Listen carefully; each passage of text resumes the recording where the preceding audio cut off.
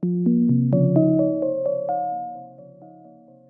begin your animation, you'll want to have your objects, tools, and camera all set up and ready to go. Here I am bending the tines of a fork between each frame so I can have a fork that kind of magically moves, and you can see I'm just bending and going back to the camera again and again. I will say that when I started this, the first fork I tried to bend the tines too much and the fork started to break, so I had to go ahead and get another one and start again. My camera is set to manual, so I don't have too many variations between exposures. After you have taken your pictures, we're going to look at our files now. We're looking at them in Bridge, and there's a mix of different file types here. I've got this video file, I've got this ARW, which is a Sony RAW file, and I also have this JPEG. I had set my camera to RAW plus JPEG, which is the way I recommend that you do it. I'm going to use JPEGs to make this animation now. So here in the filter section, I'm going to filter for just JPEG files, so I'm not looking at MP4s or Camera Raw. The reason I'm using JPEGs is I just want to be able to use a lot of images without stressing the machine too much. In fact, on my camera, I set it so that the JPEGs would also be in the lowest possible resolution setting, which is about 8 megapixels. Because I have the RAW files, if I decide I need higher res because I want to crop in or something, I can go back to those files. Or if I decide I've made a major error and all my images are underexposed or poorly white balanced to an extreme degree, those are all reasons to go back to the RAW files. If you have a very powerful computer and just want to work with RAW files from the start, that's great. I know that the laptop I'm working on right now wouldn't be able to handle it without a lot of slowdowns and delays. Here you can see I have this image with my hand making, a number 2. That's because this is my second take. In my first take, I tried to twist the tines of the fork too tightly, and as a result, the fork started to crack a little bit. The fork was also moving a little bit too much in the vise, so I grabbed a new fork and started again. So I will select the image after the take 2 gesture, and then holding the Shift key, select the rest of the images. I go to Tools, Photoshop, Load Files into Photoshop Layers. If I were using Lightroom, which would also be a great way to do this, I can also filter to just look at a certain file format, and then I would just right-click on the files and choose Load Files into Photoshop Layers. And here we have all the layers loaded into Photoshop. Now, if for some reason you don't have Bridge or Lightroom, you can go into this option Scripts, which is in File, then Scripts, then Load Files into Stack. This gives you this simple dialog box where you can browse, and here I already did this once, so I've gone to my hard drive in this folder, Animate Fork. Something that's a little tricky with this is this dialog is so simple that it's not actually letting me filter for file type. Most operating systems will let you do that, so if you're going this route, you'll want to separate your JPEGs into another folder before this stage. Otherwise, you'll have to just select them all like so, using the Command key, which is tedious to say the least. I would recommend not using this approach because this whole interface for this dialog box is somewhat outdated, but if you need to use it, that's how you do it.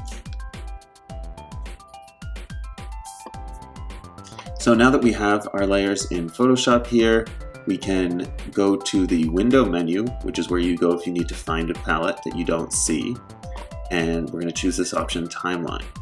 And here we have the Timeline palette. We'll hit Create Video Timeline, and then we've got this video editor function here. We're going to ignore all that and just click on these 3 rectangles in the bottom left-hand corner, which will switch us to the legacy frame animation mode. Now, the first frame here is 5 seconds long, so if you can imagine going through frames, 5 seconds each, that would be more like a slideshow than an animation. So I'm just going to click this and switch it to no delay. So now it has 0 seconds. Now, when using the animation or timeline palette, keep in mind that no key commands will help you. If you try to delete a frame by hitting the delete key, it will delete a layer in Photoshop. So key commands keep their role in using the whole Photoshop document. So any adjustments you make, like if you need to delete a frame, you just use the little trash can here. If you need to duplicate a frame, you will click this little card with a fold. This one here is for interpolating layers between frames, which we are not going to go over now. This is not a looping animation, so here where it says forever, I'm just going to switch that to once. And now the most important part, I'll click on the little menu in the palette and choose this option, Make Frames from Layers. And now, basically we're done. So I can hit play, and there you go. So if I wanted to be done here, if this is what I wanted, I'm good to go. I can export the video. If this is backwards from what I wanted, I can got the first frame here. Now I'll go back to the beginning and I'm sorry, I have the last frame here. Now I'll go back to the beginning and hold down Shift, select one. So now I've selected all the frames and go back to this menu here. Here, I'll pull this up so you can see it. Back to this menu here and reverse frames. And now you can see it's going this way.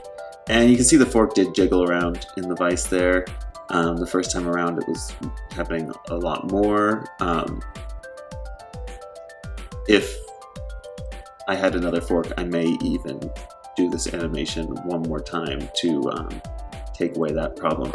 I'm also going to note that the reason I have so much blank space in this composition is to give me flexibility to add video elements, which will be the second part of this demo. But for now, we're just focusing on the basic animation. Export, render video. So here with our default settings, it has us rendering the video in just a uncompressed QuickTime format with our full file size resolution, so the full 8 megapixel resolution, which is about equivalent to 4K video. If I was doing some serious video editing with serious hardware, I would keep this and use this to work forward. If you're just uploading the assignment, the format you want to use is H.264 compression. And then for the document size, you want to set it to HDTV 1080p and leave the frame rate at 30 frames a second. While it's true that stop motion animation often occurs at lower frame rates, this is not the place to slow the footage down, and I will show you how to do that in Photoshop in a moment. When selecting the resolution, you can see this is dropped it to 1080 1920, which is what we want to see. You don't want to use HDV as opposed to HDTV as a preset, and that's because this will give you an anamorphic aspect ratio. That means that the file will be kind of squashed into a square so that certain players will know to stretch it out again. This degrades your file a little bit, and it's just kind of extra stuff we don't need.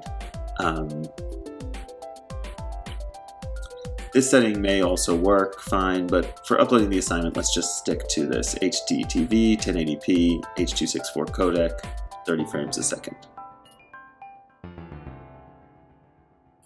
And here you can see the rendered video, and you'll notice it moves a little faster than it did in Photoshop, and that's just because in Photoshop it's processing each frame at a time. You may find, if you're using a slower computer, that when you play it in Photoshop, it's kind of just like moving a little bit like this and stopping all the time. If that's the case, you might want to just render your video right off the bat, even if you're going to do more, just to get a sense of whether you want to change anything or not. So here, with this rendering, you'll see that it moves a little differently. It goes a little more slowly, a little choppier. Looks more like a old school stop motion animation. If you want to give it this choppy effect, that is done simply by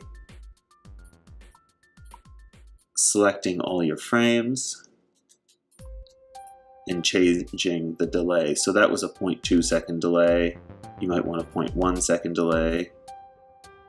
Might be a good compromise there. The 0.2 second delay makes a big difference to our length. So, you know, with no delay, the motion is nice and smooth and quick, but we've got a 2-second video. With 0.2 seconds delay, a bit choppier, but we've got a full 13-second video. So if you want to do some basic editing of the timing of your frames, you can do this in Photoshop, but you have to pay very careful attention to your frames, and you need to think about the order of operations before you proceed. For example,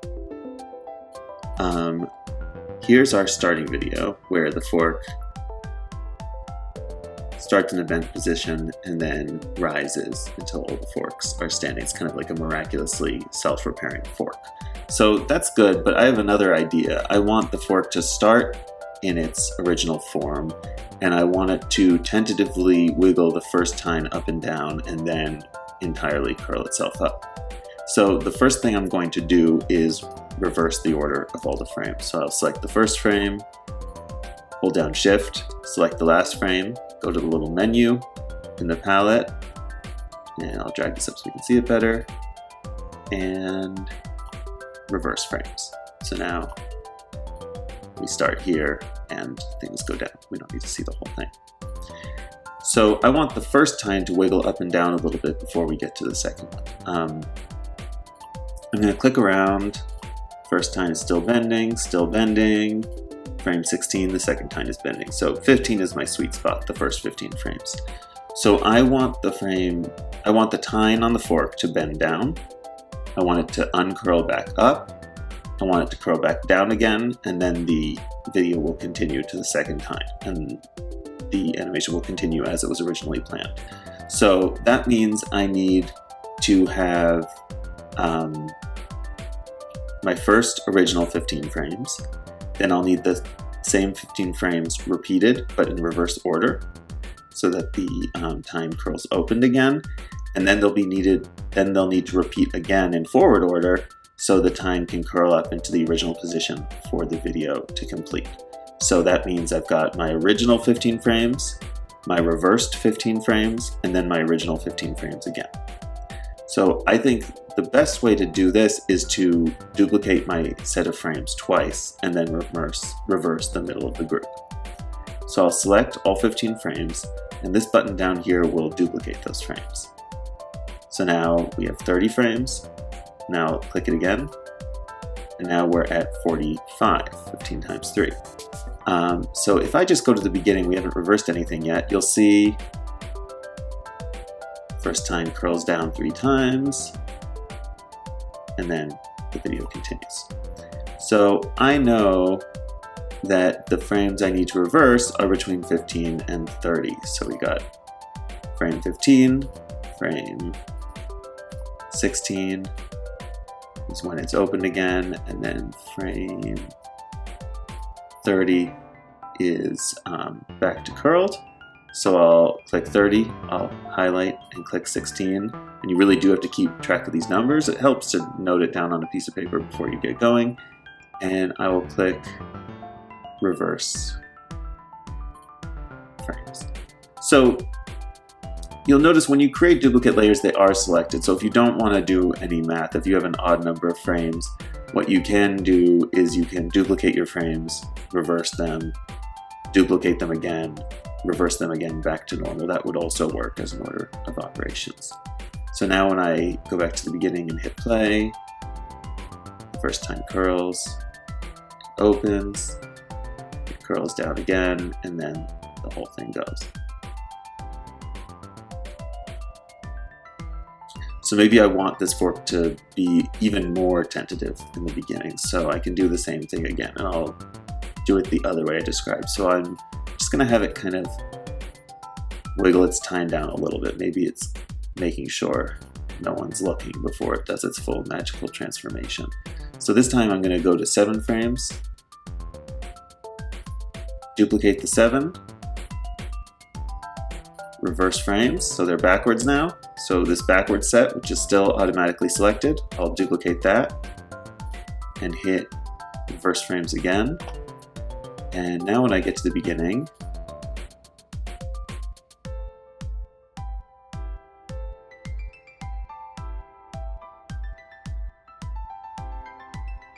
kind of tries out bending a little bit first, and then the whole fork bends down. And this would be ready to export.